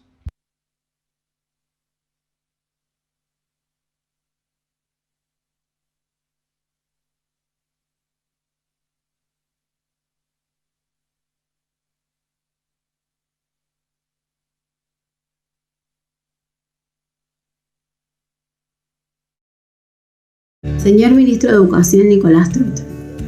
Señor Ministro, nos dirigimos a usted a través de esta carta abierta, dado que nos fue imposible acceder a una entrevista y así poder intercambiar miradas y experiencias desde la provincia más austral de nuestra patria. Lo hacemos con mucho respeto y con humildad, pero con la convicción de querer y poder aportar nuestro granito de arena a la discusión del devenir educativo en nuestro país. Desde nuestra organización vemos con mucha preocupación un marchar errante que suma incertidumbre y que se aleja de la realidad y la cotidianidad de los docentes y alumnos. Vemos cómo se deja pasar una gran oportunidad de poner a la educación pública en el centro del debate político, pedagógico y estratégico.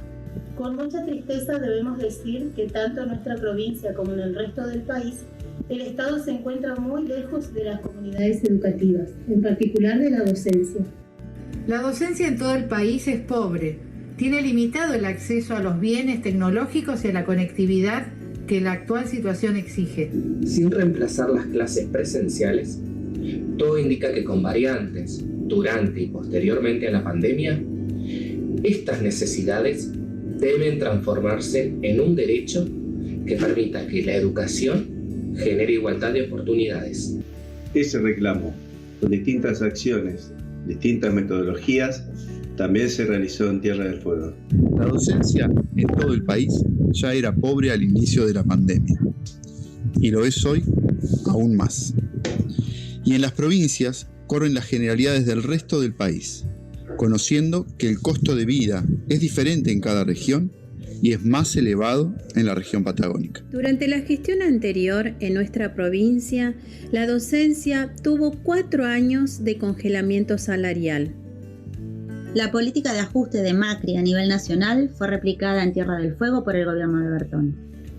El amplio rechazo de estas políticas por parte del campo popular quedó reflejado en las urnas tanto a nivel nacional como provincial. Se ha alcanzado a principios del ciclo escolar un acuerdo de recomposición salarial con el actual gobierno provincial. El acuerdo fue suspendido debido al contexto de pandemia y la docencia fueguina hizo visible el descontento y reclamó, llevando adelante distintas medidas de protesta. La docencia fueguina también mantuvo el vínculo educativo con los y las estudiantes. A través de la lucha e insistiendo permanentemente en el camino del diálogo, el sindicato logró que se retomen las mesas de trabajo en el ámbito paritario y el compromiso del gobierno de respetar el acuerdo y continuar con las negociaciones. De nuestra organización apoyamos las políticas implementadas en cuanto a todo lo que se hace para atender a los y las más humildes, castigados por la crisis heredada y el parate obligado, tanto en lo sanitario como en el auxilio económico, con políticas como el IFE y los ATP. Ahora bien, creemos que esa política no incluyó a la docencia argentina. Los acuerdos paritarios nacionales no solo son insuficientes, sino que no han sido debatidos por regiones y no han atendido a las desigualdades que en los últimos 4 años se profundizaron. Señor Ministro, permitamos a las y los docentes de todo el país contar la realidad de lo que viven día a día nuestras alumnas y nuestros alumnos del territorio. Escúchenos y tenga en cuenta lo que hemos producido sin recursos en esta situación. Tiene usted la gran oportunidad de darle al sistema educativo, a la docencia argentina, a las y los alumnos, la posibilidad de intervenir, cambiarlo todo en beneficio de las mayorías populares. Es posible y absolutamente necesario que se convoque a la docencia para poder pensar y repensar el sistema educativo. Nunca los intelectuales podrán sintetizar las extraordinarias experiencias acumuladas en este periodo sin la participación de la docencia, que se puso al hombro, como siempre lo hizo, a la escuela pública. Señor Ministro, ¿pensó usted en el tiempo que se está perdiendo en no invertir en al menos 4 temas centrales para poder construir verdaderamente nuevas normalidades? Nos atrevemos a dar 4 temas estructurales donde el Estado Nacional y los Estados provinciales deberían acudir de manera urgente en simultáneo con lo asistencial. Fuerte inversión en infraestructura, que no solo construya, sino que iguale las oportunidades y el acceso a la educación pública en un alto sentido federal, que garantice equipamientos y espacios para un sistema educativo que eduque a nuestro pueblo. Es imposible pensar en un sistema educativo donde el Estado solo invierte en sumas fijas y en negro, siendo la paritaria nacional el espacio donde el Estado debe reflejar el esfuerzo que cubra las necesidades del sector docente en todo el país. Es por eso que pedimos la urgente conformación del Consejo Nacional del Salario Docente para poder aportar desde dónde pueden salir los recursos y las políticas para sacar de la pobreza a la docencia argentina. Reiteramos nuestro pedido de relanzamiento ampliado y mejorado del Plan Conectar Igualdad, con producción fueguina, ya que nuestra provincia cuenta hoy con la capacidad para llevarlo a cabo. Que llegue a los y las alumnos, los y las docentes, de todos los niveles y modalidades, como así también el acceso gratuito a la conectividad, ya que sin ese acceso no hay igualdad. Lamentamos que se lance un plan para la compra de PC y laptop con créditos para docentes, ya que es el Estado, el empleador, quien debe garantizar las herramientas de trabajo. Es una mirada mercantilista que invita a transferir los gastos laborales desde las patronales hacia los y las trabajadores y trabajadoras. La docencia ya está endeudada debido a la pérdida de poder adquisitivo durante los últimos 4 años y el salario muy por debajo de la canasta familiar. Es necesario y urgente que nos escuchen los docentes, las docentes de todo nuestro país. Somos los pedagogos y las pedagogas de la pandemia. Somos lo que hemos inventado y hemos puesto en marcha lo que ha recibido el pueblo argentino desde el sistema educativo, cuando el Estado no pudo y no estuvo. Es necesario un congreso pedagógico que dé los lineamientos, las bases de lo que serán las nuevas normalidades, para transformarlo todo a favor del pueblo. Señor Ministro, no desconocemos que para hacer todo esto se necesitan recursos. Claro que sí. Por eso impulsamos, apoyamos y militamos que de manera urgente se establezca un impuesto permanente a las grandes fortunas, que se discuta un nuevo sistema impositivo, que se detenga la fuga de capitales, que se investigue a quienes nos endeudaron por generaciones y que todos estos recursos vayan a la inversión transformadora del sistema educativo nacional. La pandemia nos da esa gran oportunidad. No podemos salir de ella igual, ni incluso peor que cuando ingresamos. Hoy es cuando todo se hace posible. Esta crisis es la gran oportunidad para que nuestro país vuelva a poner en el centro de manera estratégica el sistema educativo público nacional. Señor Ministro, hoy es cuando es posible hacerlo y es con la docencia.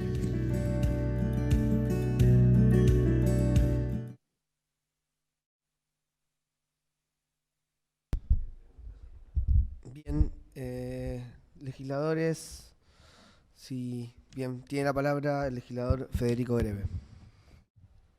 Hola, buenas tardes, gracias por venir a la reunión que fueron convocados. Tengo 2 preguntas cortitas que si me las pueden responder.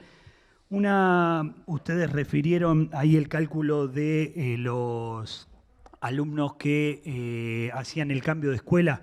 Sí, digamos que dijeron que no estaba previsto en el presupuesto. Si ustedes tienen algún tipo de cálculo, si hay alguna forma de hacer ese cálculo para tener idea de esa proyección, digamos, sé que hasta marzo uno por ahí no puede tener la certeza, pero digo, si existe algún tipo de historial de esto y poder decir hay un cálculo aproximado sobre esa situación.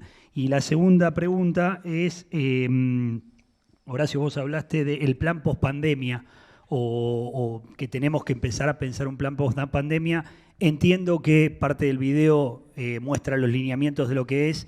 Quiero que confirmen, digo, si es ese el objetivo y por lo cual, digamos, ustedes plantean esta situación. Gracias. En relación a la cantidad de alumnos y alumnas, nosotros lo que decimos es que hay un cúmulo de alumnos por niveles y modalidades. La mecánica que se eligió en educación es que pasan todos. Eso ya te genera algunas cuestiones de índole de infraestructura más como están hoy las escuelas.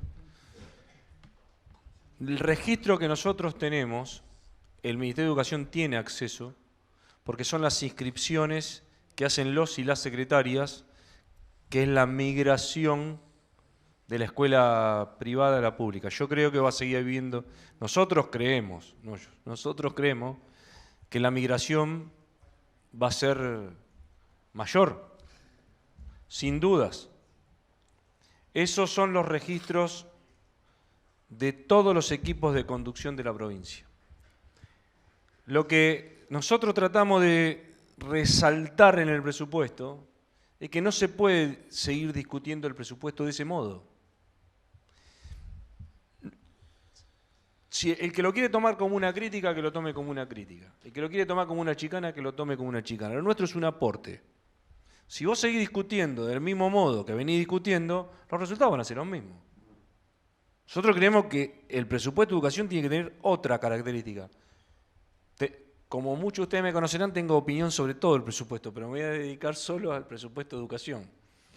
Yo creo que el presupuesto en general es una gran mentira. Pero el presupuesto en educación no puede ser una gran mentira. Es el presupuesto. Entonces después, en esta no tengo partida, en el otro no tengo partida, en esto tengo subejecución. Una locura. Lo segundo, sí, efectivamente, en la carta que nosotros hacemos en agosto, que esta es de agosto, son los lineamientos. Si quieren algún desarrollo más teórico, pedagógico, le doy la palabra a Jorge, que es el que conjuntamente con Flor, con otros compañeros y compañeras de la universidad, desarrollaron el Congreso Pedagógico. Sí, una de las cuestiones que lo ha trazado el Consejo Federal y no se ha dado una discusión sobre lo presupuestario es la bimodalidad. Algo que deja la pandemia es justamente el formato presencial, que es físico, que lo teníamos hasta el 2019. A partir del 2020 comenzamos a pensar en la presencialidad virtual. Y ahí tenemos dos componentes. El componente de plataforma, presencialidad diferida, con uso que han hecho los docentes sobre Classroom, ustedes podrán haber visto otro Moodle, o las plataformas que uno pueda pensar que existen en educación, y después está la presencialidad de manera sincrónica, que lo hacemos justamente, estamos utilizando el Zoom, puede ser Meet, puede ser, entonces. Eso implica para el sistema educativo una bimodalidad. Lo han puesto de manera interesante en las resoluciones del Consejo Federal y yo lo que pongo es siempre esta ficción pedagógica cuando la trasladan a las normativas, pero no se da un tratamiento presupuestario. ¿Qué implica? ¿Qué discusión? O si no hay dispersión del presupuesto. Una cosa es el recorte, que lo hemos vivido durante 4 años. Eso es claro y tangible, viene de lógica de mercado. Y otro es cuando nos ponemos progresistas y hacemos dispersión del financiamiento. En la dispersión del financiamiento es cuando desatendemos ideas que ponemos en las normativas. Quiere decir que lo que se va a provocar es una precarización laboral, por un lado, porque está lo que mencionó Horacio, el equipamiento didáctico y escolar, es lo que hay que financiar. Hay un inicio con eso 2.000 / 4.000 pesos. Infraestructura, ¿sí? Si eso no se discute, estamos hablando de precarización laboral. Después está la precarización profesional. Me pasó como docente autoformarme en modalidad bimodal, ¿sí? En trabajar con los estudiantes. Para mí, lo que implica el trabajo oculto, que es algo que siempre lo hace el docente, es el proceso de planificación.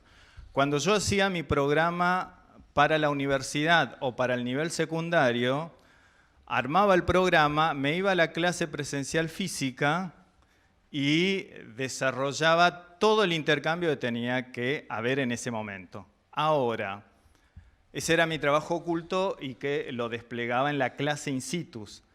Ahora, cuando uno trabaja la clase diferida o la clase en línea, implica que las planificaciones deben ser escritas y hay que saber escribir clases. No es algo que uno se sienta y dice, ahora, porque a los estudiantes yo no le puedo decir, este contenido te voy a dar, eso yo lo pongo en la planificación. Tengo que traducir todo eso a un adolescente de 14, 13, a un joven de 18, 20 años, tengo que traducir eso que yo pongo técnicamente en un programa, en una clase escrita, que la pongo en una plataforma de manera diferida y para mí implica, en tiempo laboral, mayor tiempo de edición, ¿sí? No solamente tengo que escribir el borrador, tengo que editarlo, porque no va a haber un acompañamiento. Cuando yo llevo una clase escrita, espero, si tuviera que hacer para ustedes, tengo que pensar que ustedes no van a tener mi acompañamiento in situ para hacer aclaraciones. Por lo tanto, mi clase tiene que ser clara, de poca densidad, que implica la bimodalidad, quiere decir que no me tengo que pensar que toda esta cantidad de conocimiento y tirar a los alumnos videos y bibliografía, que lo único que hacen es complicarme la situación de aprendizaje, sino que tengo que estar mirando, que tengo que planificar de manera puntual, pequeña, mayormente explicativa, porque no puedo esperar que el padre sea un suplente mío en la enseñanza. Entonces, esa claridad que debo tener en la planificación es lo que no se está discutiendo respecto a cuando se piensa livianamente en la bimodalidad. La bimodalidad es una práctica que lo ha tenido solo el nivel superior y en algunas universidades. Y ahora se está tratando de trasladar a todo el sistema obligatorio sin discutir lo que es la proyección de manera presencial, física, de manera presencial mixta o semipresencial o bimodalidad, como le quieran llamar. ¿Qué implicaba esto cuando se hablaba inclusive del regreso a la presencialidad en septiembre de este año? Que se utilizaba el sistema bimodal y decía, bueno, denle la actividad a los alumnos una semana, se encuentran con un grupo, la otra semana se encuentran con el otro grupo. Ahora, cuando yo planifico, tengo que planificar un mes completo, porque tengo que pensar en lógica semipresencial, y esto lo digo como formador de formadores, en lógica semipresencial implica que yo debo darle la clase, darle la tarea y esperar recuperar cuando me vea dentro de 15 días. O si no, se rompe la secuencialidad de aprendizaje. Entonces, para un docente es mayor trabajo. Lo que él pensaba en un plan de clase, que era 2 semanas, ahora tengo que tener un mínimo de un mes. Un mínimo estoy hablando. Planificar para la bimodalidad implica un mínimo de planificación de un mes.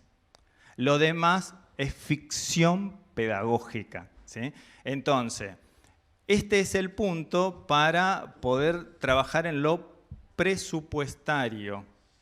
Implica infraestructura, de lo que ya mencionó respecto a la conectividad, y poner en valor lo que es el trabajo oculto, que en realidad es oculto para el común, la sociedad civil, pero nosotros sabemos que como docente, el proceso de planificación, desde que entramos en un instituto de formación docente, y esto tengo mucho pasillo de instituto de formación docente, lo que enseñamos es que vos te preparás para planificar, que tu tarea está en la clase, pero está también antes de la clase y posterior de la clase.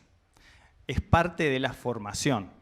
Ahora, que los gobiernos no hayan discutido que tenga que haber un ítem salarial, que en otras latitudes sí lo hay respecto a la reunión colegiada, y esto lo voy a plantear y me doy este pequeño permiso como ex rector del IPE Florentino Meguino, en el cual nosotros teníamos horas pagas, justamente colegiadas, legitimadas por más de 30 años, para reunirnos, ¿sí?, y trabajar ese proceso de articulación, y que en el 2018 nos sacaron de un plumazo.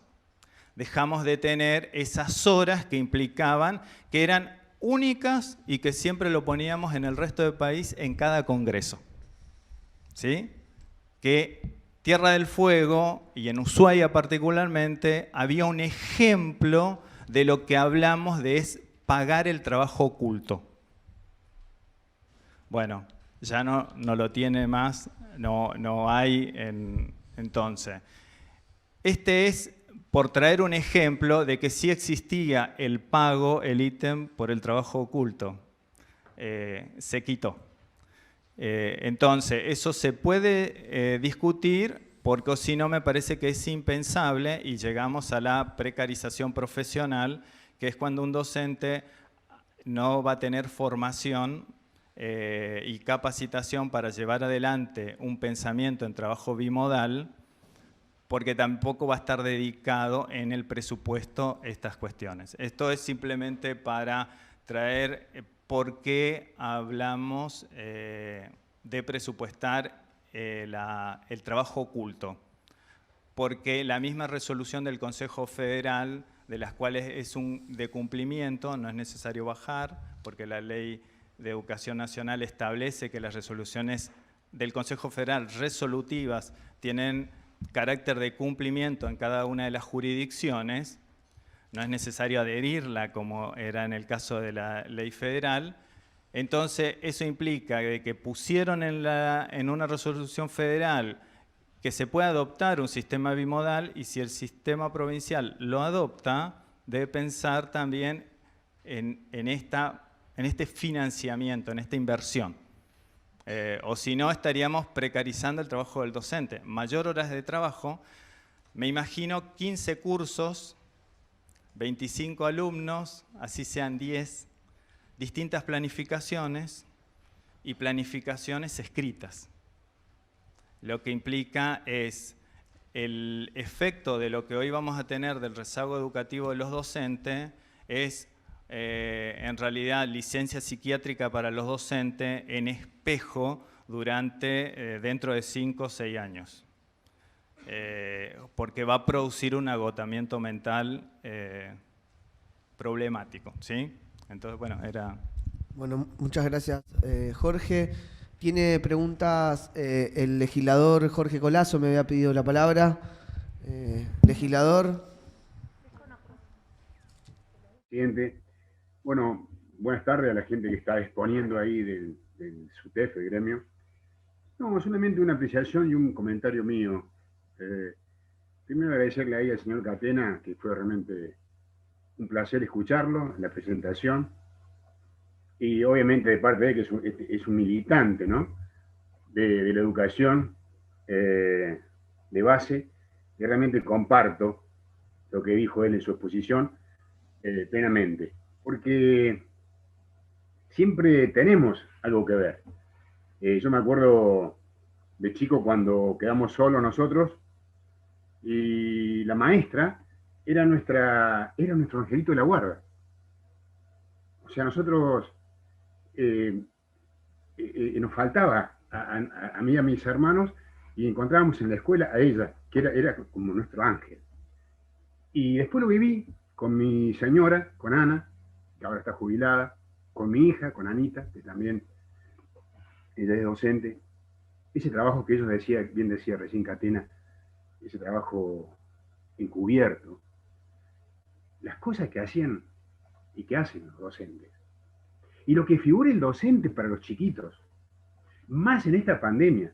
Lo viví con todos mis nietos chiquitos, acá en Río Grande y en Ushuaia. Cómo iban a clase, cómo lo atendían, cómo se preocupaban. ¿Cómo no le vamos a dar un plus?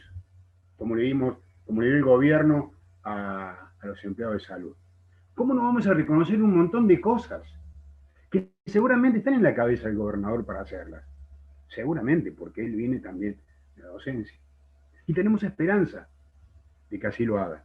Por eso comparto y realmente me emocionaron muchos pasajes de lo que hablaba ahí. Y comparto la carta que le hicieron al ministro Trota.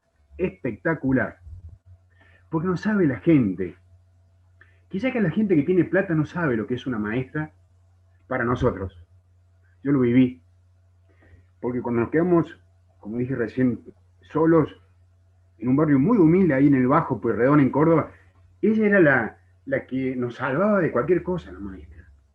Entonces, por eso creo que quiero decirle a ellos, a lo del gremio y al gobierno, se lo hice saber ya al gobernador, que cuente con el apoyo mío especialmente, incondicional, en que lo que podamos ayudarle, en lo que yo le pueda ayudar, que cuente con nosotros. Muchas gracias y sigan adelante, que seguramente, como dijo el secretario del gremio, la lucha no hay que abandonarla y que seguramente el triunfo está muy cerca. Muchas gracias, presidente. Gracias, presidente. Muchas gracias, señor legislador. Si quiere hacer una expresión más. Tiene la palabra el legislador Federico Ciurano. Ahí está. Solamente para consultar el trabajo oculto, ¿qué carga horaria, digo, como para quien no es docente, más allá de lo que uno pueda percibir, digo, aproximadamente ese trabajo oculto, ¿cómo lo podemos delimitar, definir? Gracias. Hola. El trabajo oculto, si usted consulta a cualquier pedagogo, pedagoga y a cualquier centro que investigue educación en el mundo, le va a decir que es exactamente la misma cantidad de tiempo, a veces más, que la que está frente al grupo. Por eso nosotros hacemos centro en que la doble jornada, y un poco lo que redondeaba recién Jorge, que indefectiblemente tienen nombres, se le ponen nombres extranjeros. El síndrome del docente quemado, es producto de la sobrecarga laboral. Nosotros tenemos mucho de eso y en la pandemia lo que además, hay un aspecto del trabajo docente que es el psicoafectivo, que es uno de los aspectos centrales del vínculo pedagógico. Al haber tantas situaciones familiares que solo lo registra el docente, hemos tenido muchos episodios de depresión, de estrés, de una cantidad de cosas, porque, como nos decían las y los compañeros, el pibito me está esperando. Es el único momento del día que tiene alguien que lo escucha, independientemente de lo que yo tenga para darle. Entonces, ese vínculo psicoafectivo en la virtualidad hizo mucho más compleja, mucho más tangible, y obviamente que lo afectó doblemente. Pongo ejemplos que son importantes para tenerlo en cuenta. Por ejemplo, un chico va con violencia intrafamiliar a una escuela, tiene el gabinete psicopedagógico, y entonces en algún punto de la escuela lo detectan y ahí interviene. El docente estaba claro que algo estaba pasando ahora, pero en la virtualidad no puede intervenir el gabinete psicopedagógico. Y eso lo afectó. Ustedes, la mayoría, tienen vínculo con docentes. Pregunten, lo ha afectado tremendamente, porque una de las cosas que ha crecido en la pandemia es la violencia intrafamiliar, la violencia contra las mujeres y la feminidad. Es decir, eso, la docencia capilarmente entra en los hogares, como se ha dicho acá, más vulnerable, más pobre, pero también entra en todos los niveles y en todos los... Ese trabajo oculto es igual a la carga de la jornada laboral, por lo cual un docente que trabaja en doble función está obligado a trabajar todo el fin de semana, cuando llega la noche, etc. ¿Producto de qué? Del salario que tiene. Yo quiero hacer una aclaración, porque por ahí es importante dejar reafirmado algunas cuestiones para no dejar librada a especulaciones. Nosotros preferimos que tengamos presupuesto en la provincia o que no tengamos. Preferimos que tengamos. Ya hemos visto lo que hacen cuando no tienen y reconducen. Nosotros queremos un presupuesto en la provincia. ¿Queremos un presupuesto de educación? Claro, queremos un presupuesto de educación. Queremos ser parte de la discusión. A eso venimos. Digo, para no dejar librado a interpretaciones, porque uno por ahí, como se cruza mirada y sonrisa con alguno de los que nos conocemos, es decir, es un dibujo. No. Tiene que haber presupuesto en la provincia, tiene que haber control en la provincia, necesitamos un presupuesto, pero necesitamos discusión. Y lo que nosotros estamos invitando es a pensar si vamos a seguir discutiendo y teniendo estos formatos en el futuro, y por eso ponemos ejemplos que ustedes puedan chequear. Sería muy fácil venir con una canasta de chicanas, te dejamos las chicanas y no. Si nosotros decimos esto, que ustedes lo ven, que son parte de la sociedad, ¿lo vamos a seguir discutiendo así? ¿Así lo vamos a reflejar? Por eso ponemos ítem concreto en los que queremos que se discuta, que se intervenga y que se... Dijimos, lo de la conectividad, y esto que ha planteado Jorge, ¿va a ser una política de Estado o va a ser una política pública? ¿O no va a ser política? Si es una política de Estado hay que sentar a todos los actores, para que después nadie patalee. Y entonces todo el mundo sabe, cuando se postula o tiene determinada cosa, que cada pibe, cada piba tiene... Por eso nombré con todos los que hablé con todos. Con alguno hablé más de una vez y con otro hablé solo una vez. Pero hablé con los 3 intendentes, con senadores, con diputados, con el gobernador, con la ministra, con el bloque, con todos hablamos sobre estos temas.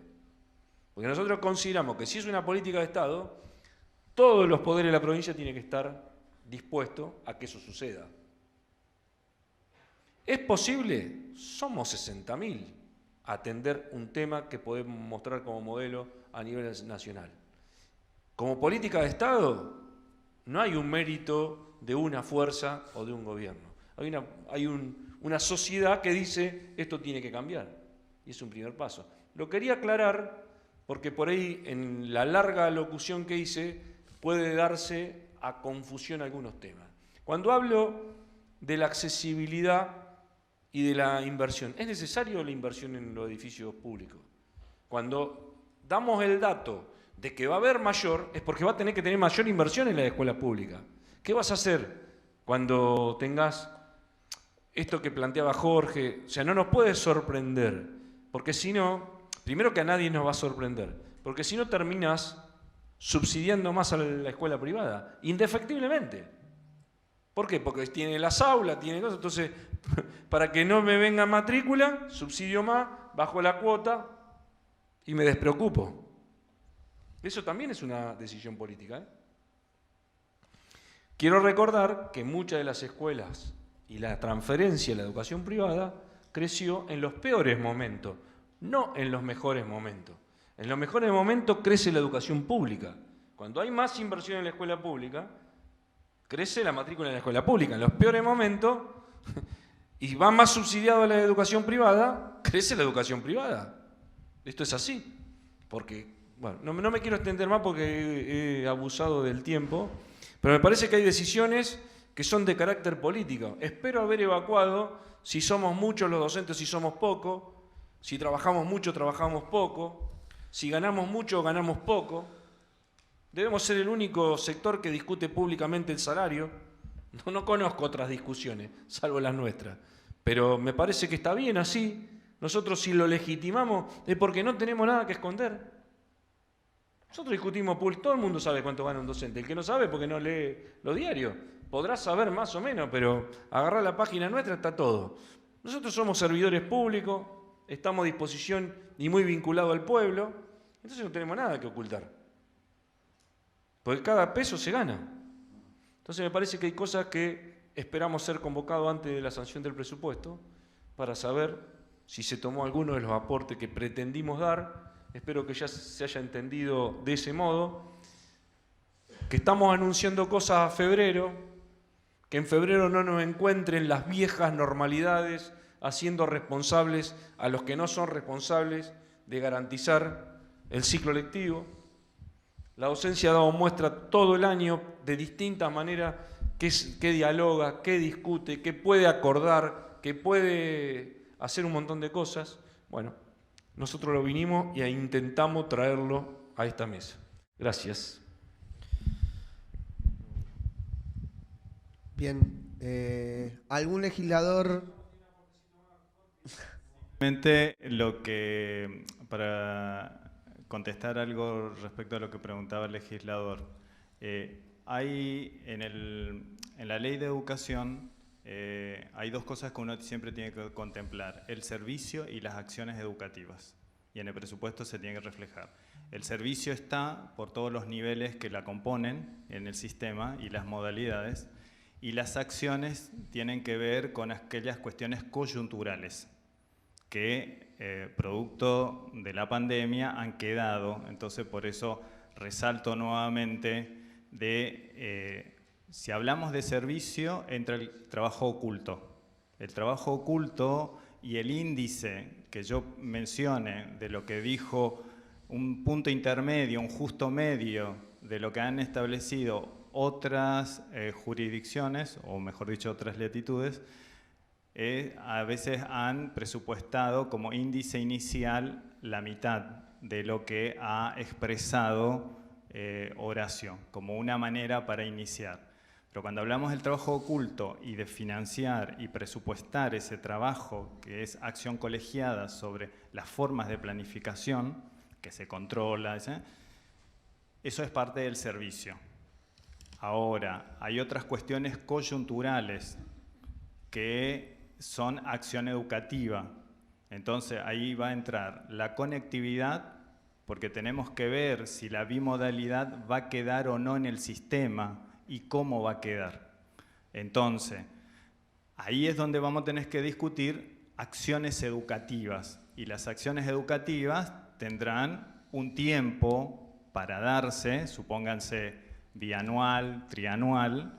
¿Qué pasa con la bimodalidad y la inversión en esto, tablet y todo lo que se tenga sobre equipamiento educativo? Es acción educativa, y va a tener que tener un periodo de evaluación. Si yo digo al 2022 o a fines del 2021, vamos a ver si lo que se presupuestó, qué acción de sustentabilidad tiene para que el sistema tenga una plataforma bimodal en todo su sistema.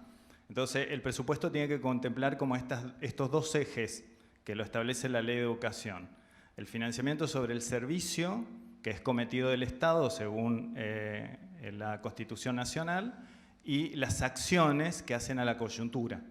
Entonces, a esa coyuntura es la discusión en el presupuesto, incorporarla, pero debe ser evaluada, que no en superior lo llamamos financiamiento coyuntural, ¿sí?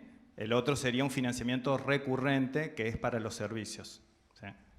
Nada más que quería hacer esa aclaración. Bueno, muchísimas gracias a Horacio, a Marcela, a Florencia, a Julio, a Jorge y a Javier.